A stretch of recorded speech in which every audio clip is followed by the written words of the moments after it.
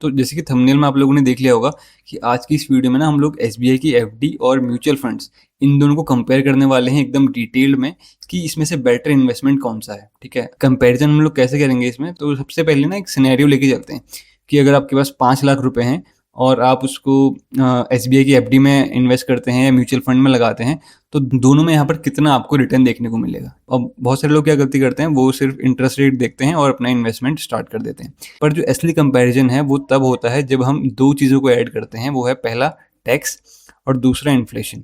तो जब आप इन दो फैक्टर्स को भी जोड़ देते हो अपने रिटर्न में, तो आपका जो रियल नंबर है, रियल रिटर्न, तब पता चलता है कि आपका जो प्रॉफिट है वो कितना है। ठीक है, तो आज की इस वीडियो में हम लोग 3 चीज़ें कवर करेंगे। सबसे पहला तो है कि एसबीआई एफडी और म्यूचुअल फंड के जो अभी के करंट रिटर्न्स चल रहे हैं वो क्या हैं, उनके जो रियल नंबर्स हैं उनको हम पूरा कंपेयर करेंगे। ठीक है, दूसरा हम लोग बात करेंगे कि दोनों पर टैक्स कितना लगता है और वो आपके एक्चुअल रिटर्न को कैसे कम करते हैं।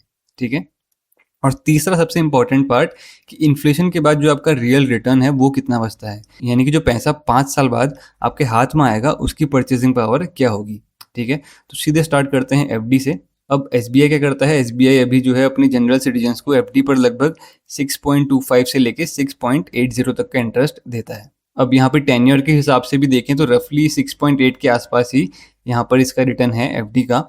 अब मान लीजिए आपने जो है 5 लाख की एफडी कराई, 5 साल के लिए कराई है और 6.5% का एनुअल इंटरेस्ट पर कराई है। ठीक है, अब 5 साल के बाद जो आपका मैच्योरिटी अमाउंट होगा ना वो लगभग आपका 6,90,000, यानी कि जो ग्रॉस प्रॉफिट होगी आपका वो होगा आपका अराउंड 1,90,000 रुपये का। अब ये नंबर देखने में तो बड़ा अच्छा लग रहा है, लेकिन यहाँ पर ना दो चीज़ें अभी और हैं जो इसमें काउंट नहीं हुई हैं, वो है टैक्स और इन्फ्लेशन। अब उन्हें ऐड करते ही यहाँ पर जो पिक्चर है ना पूरी चेंज हो जाएगी।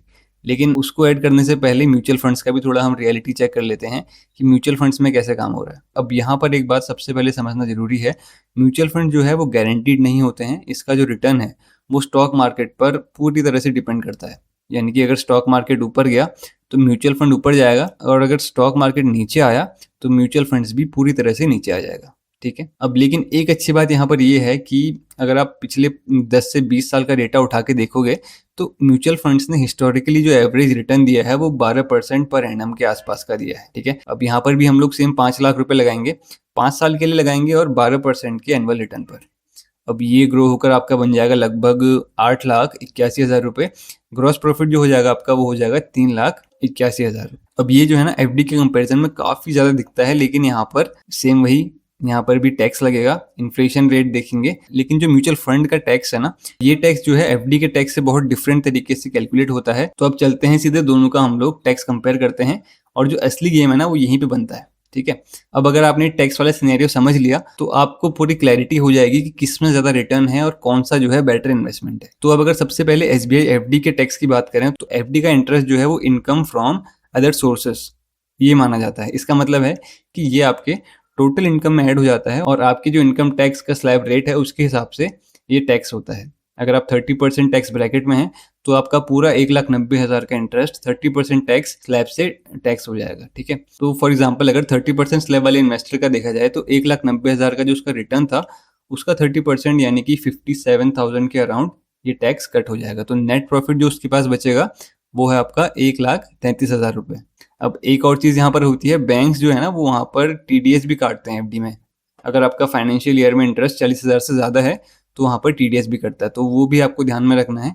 अब अगर म्यूचुअल फंड्स की बात करें तो यहाँ पे रूल थोड़ा डिफरेंट है। तो अगर आप फंड को 12 महीने से ज़्यादा होल्ड करते हो तो उसे जो है एलटीसीजी माना जाता है। अब एलटीसीजी क्या होता है, एलटीसीजी का मतलब है लॉन्ग टर्म कैपिटल गेन। अब यहाँ पे क्या होता है ना, यहाँ पे जो करंट रूल है अभी उसके हिसाब से देखा जाए तो एक फाइनेंशियल ईयर में पहले के 1.25 लाख रुपए पर एलटीसीजी जो है वो कम्प्लीटली फ्री है, यानी कि उससे ऊपर जो भी गेन होगा उस पर जो है 12.5% का फ्लैक्स टैक्स कटता है।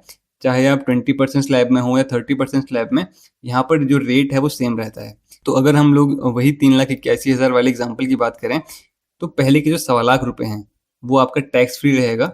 बाकी के जो 2,56,000 रुपए हैं वहाँ पर आपको 12.5% का टैक्स देना पड़ेगा, यानी कि अराउंड 32,000 रुपये का आपका टैक्स रहेगा। जो नेट प्रॉफिट आपका बचेगा वो है 3,49,000, 3,49,000 रुपीज़। अब तीसरा और सबसे ज़रूरी फैक्टर जो है वो है इन्फ्लेशन का। अब इंडिया में जो एवरेज इन्फ्लेशन रेट है ना तो वो 6% के आसपास रहता है। अब इसका मतलब ये है कि अगर आसान भाषा में आपको समझाऊं तो आज के 100 रुपए की वैल्यू 1 साल बाद घटकर कितनी हो जाएगी, 94 रुपए के अराउंड हो जाएगी। अब इसके पीछे लॉजिक भी सिंपल है, क्योंकि अगर महंगाई बढ़ेगी तो पैसे की वैल्यू यहाँ पर कम होगी। तो अब हमें जो अपना रिटर्न है वो उस हिसाब से एडजस्ट करना पड़ेगा कि इन्फ्लेशन को बीट कर दे।